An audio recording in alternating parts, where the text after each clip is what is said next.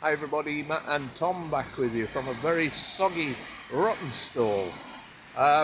Today we've come to look for some locations that's linked with a fairly grisly story from the past. It is Rawtenstall's first recorded murder back in 1948. Margaret Allen was born in 1906 on Plantation Street in Rawtenstall. Margaret was the 20th of 22 children in a large Catholic family. Growing up, she preferred to dress like a man, had short hair, and liked to be called Bill Allen. Margaret worked as a labourer, a postman, and a bus conductor, jobs that were then, certainly in the 1920s and 30s, more known as being jobs for men. So this is Plantation Street. This is where Margaret was born, one of 22 children. Imagine that. I'm not quite sure which number the Allen family lived at, or whether it was maybe even on the left-hand side of the street and is now gone. Can't imagine a house with 22 children being here. Must have been very crammed. The early decades of the 20th century are very different in terms of attitude towards homosexuality, which back then was seen as a sin and a crime. Men being gay could be hanged back then. Women, though, were not as frequently targeted.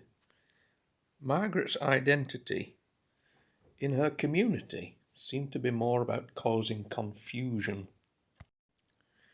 In her role, in her jobs, she was known to be prone to fits of violence and aggression, and was definitely unladylike in her behaviour.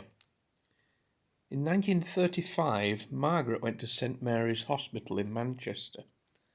On leaving, she told people she had undergone a sex change operation and was now a man. This has since been refuted, as the first successful procedure is recorded as happening in the 1950s. But Margaret became known as Bill.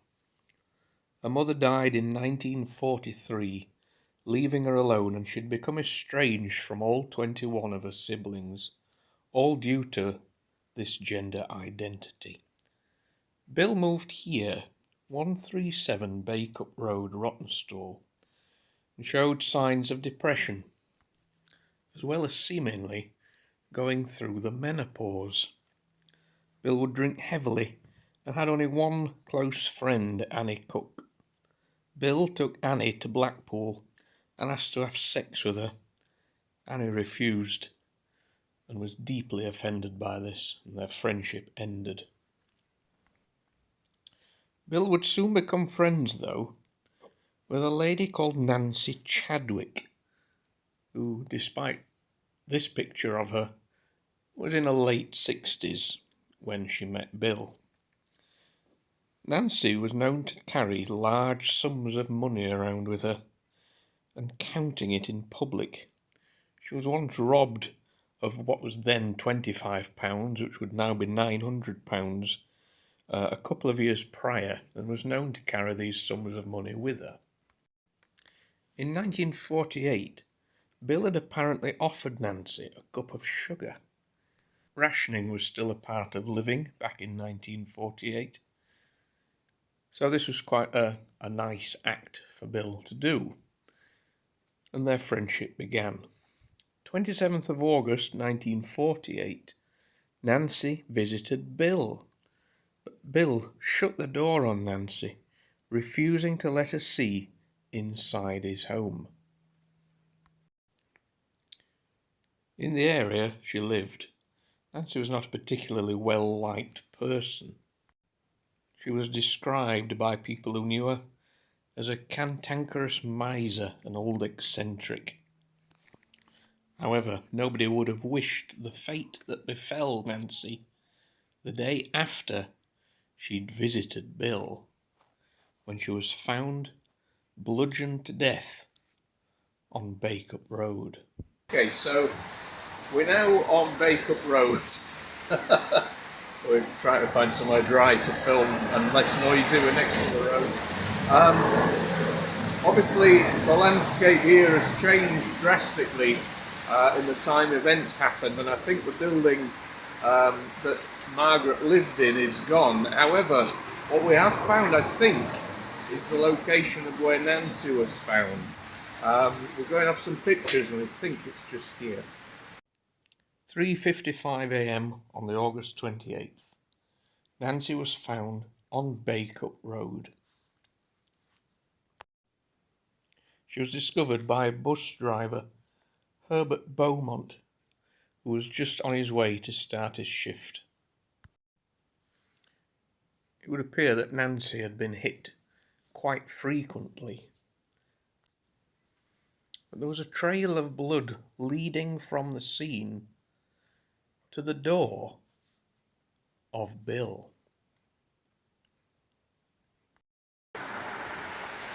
So there are some old buildings still around here.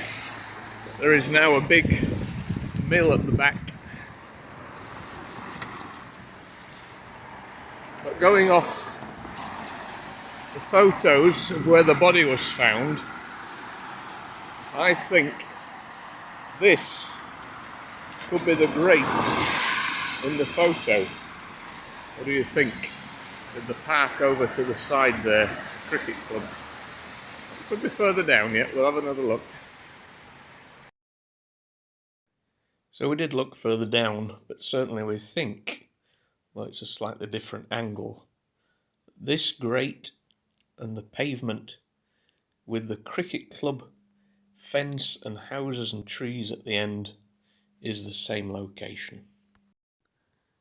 Apparently Bill had already alerted the police to the discovery of Nancy's handbag, which was found in the River Irwell. It contained no cash, so initially detectives thought Nancy had been killed in the course of a robbery. However, this seemed to then backfire on Bill, who, as he was struggling to work through his depression and body changes, was in known financial difficulties. The detectives searched Bill's house and found bloodstains in the cellar, and there were some hairs from Nancy's head on Bill's clothes. Bill was immediately charged with murder, but surprisingly, immediately admitted to the crime, saying, "I was just in one of my funny moods. She insisted on coming into the house. I looked round and I saw a hammer in the kitchen. So I hit her. She started shouting, so I hit her again and again, a few more times. I don't know quite how many." A trial took place at the Rawtenstall Magistrates' Court.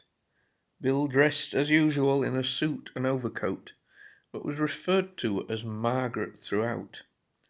A 5-hour trial and a jury decision in 15 minutes led to a guilty verdict.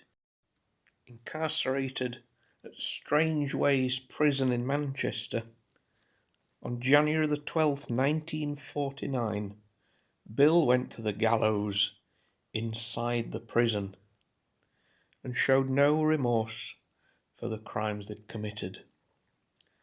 Bill was made to wear a prison dress rather than a male outfit that he'd requested. It was the first female execution to take place there since 1937, and only the third ever at Strangeways. The executioner being none other than the famous Albert Pierrepoint. Margaret was then buried in the cemetery inside Strangeways prison. But after the riots and the need to rebuild the prison, 100 bodies were exhumed from the cemetery that closed. They were taken to Blackley Cemetery and cremated in 1990 and buried all together in a mass grave marked by this stone.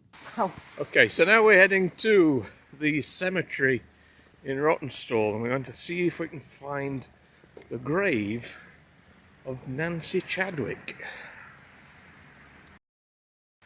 So this is inside Rawtenstall Cemetery. As Tom's just pointed out, look at all these names on the war grave. So many. And it's not just this side, unfortunately. It's all the way around.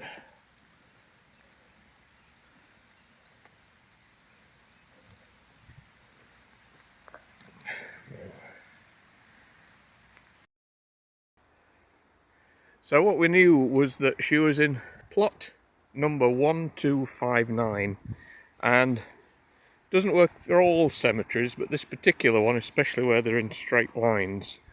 How it works is on the back of gravestones, usually there's a number. So 1323, 1324, 1325, and if we look for 1259, what we're going to find is from here 1255, 56, 57, 58 and 59, because this one is 1260. So basically she is here in an unmarked grave, which is a bit of a surprise, knowing that she was quite a wealthy woman.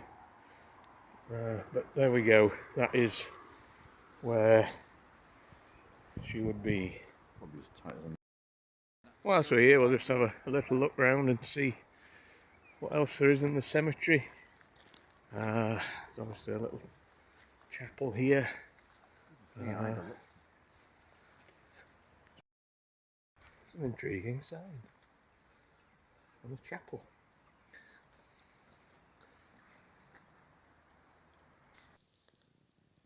So the murder of Nancy Chadwick was a great sensation in Rawtenstall at the time, and is described as the first recorded murder in the town.